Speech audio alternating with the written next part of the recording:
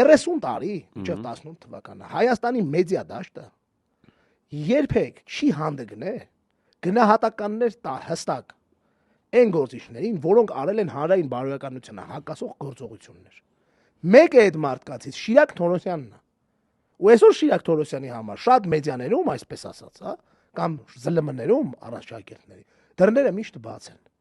Եվ ես կարծում եմ, որ այս երեսպաշտ կենթանիների արկայությունը մեր քաղաքական դաշտում, որոնք են մորեղ բաների նման են, մողեսների նման, որ պոչը թողում են, հետո պոչը հաճում է, էլի նորից։ Հետո նորից մեկը բռնի, պոչը կթողի, կթռնի, նորը կաճի։ Սրանց արկայության բանը ինձ շատ նաև մեղադրում էին, այդ հարգելի մարդը մեղադրում էր, ասում էր դու մի անգամ ասել ես, որ դու սանիտար ես, բան, իհարկե հասկանում եմ, որտեղից է գալի այդ նարատիվը քարոզ ճկան, հետո ես հիշեցի էլի, ով է դրա հեղինակը, որ ես իբր տես բան եմ ասել, բայց այո, ես ուզում եմ սանիտար հանդիսանամ։ Մեդիան պետք է սանիտարի դեր տանի։ Մեդիան լրագրողը, մեդիան չեմ, լրագրողը պետք է սանիտարը լինի։